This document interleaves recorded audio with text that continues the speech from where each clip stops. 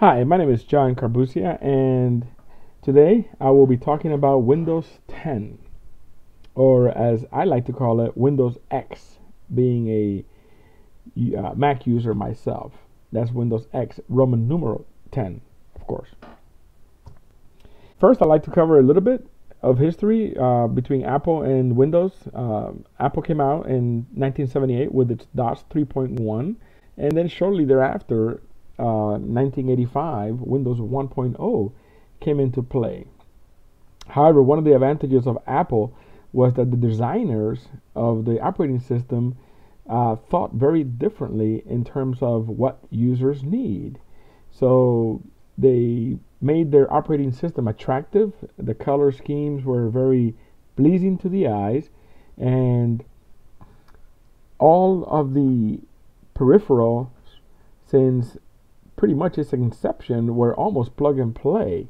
Basically, you can take a BlackBerry, plug it into your Apple computer, and it knew that you were trying to use the BlackBerry with the Apple, and it would automatically prompt you to download, and it will install the drivers for you seamlessly. Unlike Windows 10, where you have to, unlike Windows by Microsoft, where you have to have some computer skills in order to get some of its peripherals working. Because of that, many users feel that Apple is a lot more user-friendly. One of the things I'll be covering is also how people have moved from Windows to Mac, mainly because Windows or Microsoft has had some major failures, starting with Windows Millennium, then Windows Vista was another flop, then Windows 8. It was just horrible operating system designs, and in those failures, Microsoft has just pushed away many of its customers, and those customers have moved on from Windows to Mac. However, with Windows 10 out now to the public, it is a welcomed software, welcomed operating system, and Microsoft is very proud of what they've done. And I use Windows 10 on my Mac in a virtual environment, and at home I use it also in boot camp. And it is a very fast operating system, and I know it will gain popularity in people's homes again as they continue to use Windows 10. After 1/3, when Microsoft began developing the operating system, 1/3 into its development, they had began releasing to the public, for the public, private and public developers, review versions of their operating systems in order to provide constructive feedback. So between the time they began developing it at Microsoft to the time it was final released, Windows 10 had already been released to the public 15 times. So it was 15 different versions, which gave Microsoft a tremendous amount of time to tweak and improve their OS.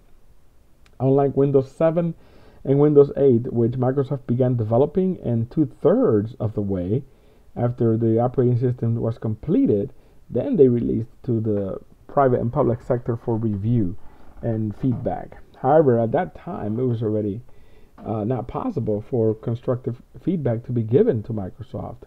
Thus, those operating systems are not as popular as Windows 10 will be. So releasing Windows 10 so early, it has given Microsoft a tremendous advantage, and they have done a fabulous job building this operating system. For several years to come, also, consumers will be getting not only the Windows 10 patches and updates, but new features also and improvements as well to the operating system. Gabriel All, who was recently promoted to the Vice President of Engineering System Teams, he explains why Windows 10 is different. For the whole product, all features across the board, we said as soon as they are ready, they'll go in. And then once they're in, they'll go out. Gabriel All was instrumental in the way Windows 10 developers began their distribution to the public and the private sector so early in its development. And because of that, he was promoted as vice president of the engineering system team.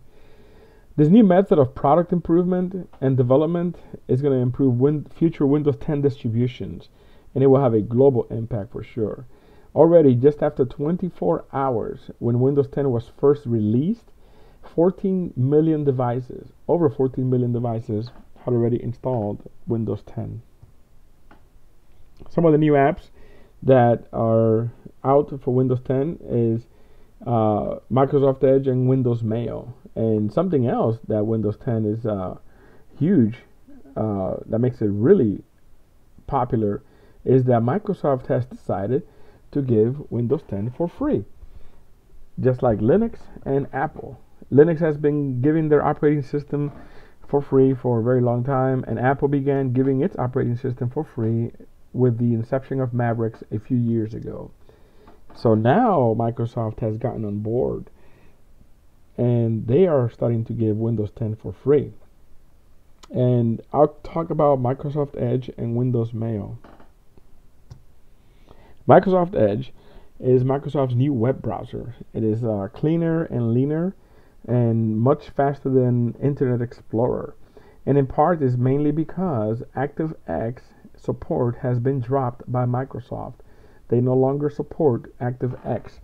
Internet Explorer still lives in Windows 10, but it's not going to be updated with new features or enhancements. It's only going to be kept up to date with security flaws. And it will be used for legacy applications until they get caught up and work on Microsoft Edge.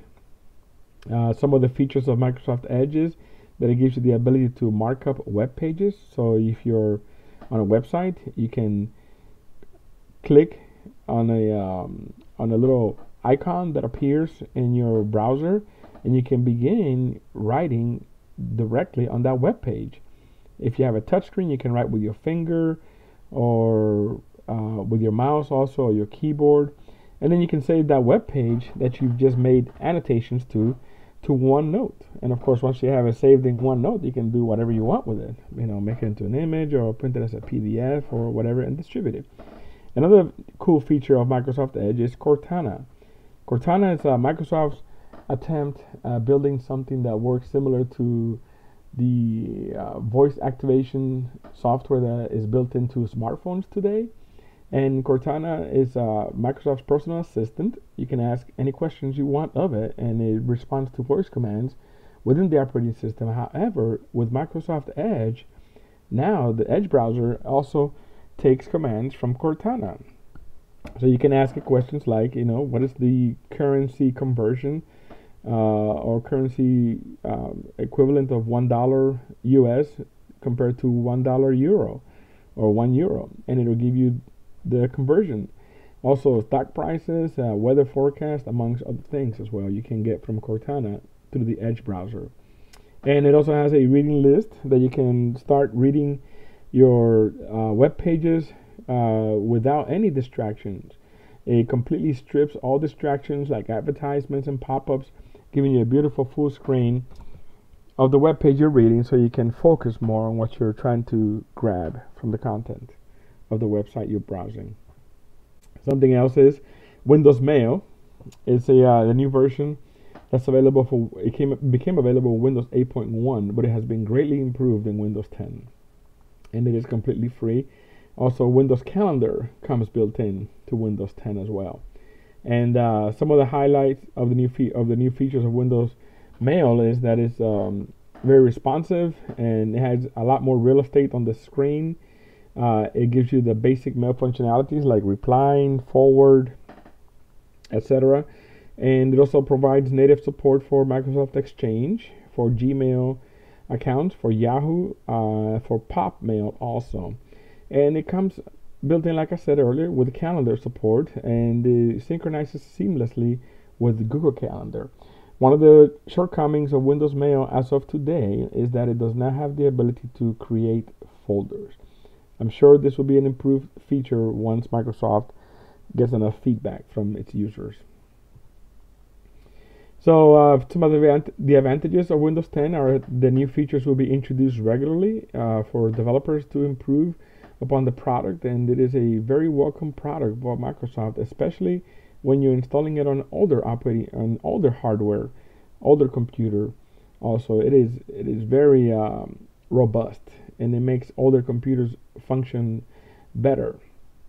Also, the hardware seems to be lighter as well. It has a small footprint, it seems, because operating systems like Windows 10 being installed on an older computer, 7, 8 years old, seem to work really well. I currently use it on my home Mac Mini, which is a 2007 model, and it is phenomenally fast. How well it responds in that computer. And one of the disadvantages is that Microsoft may start charging Windows subscription fee, and this will be a great fallback if they do begin charging for this operating system. So I currently upgraded all my computers at home Windows 10, and I'm loving it. And on my Mac laptop, I use it in the virtual environment with VirtualBox, and it works great. Here's a bibliography, and this will give you references of the things I've covered today. And this concludes my presentation. Thank you very much.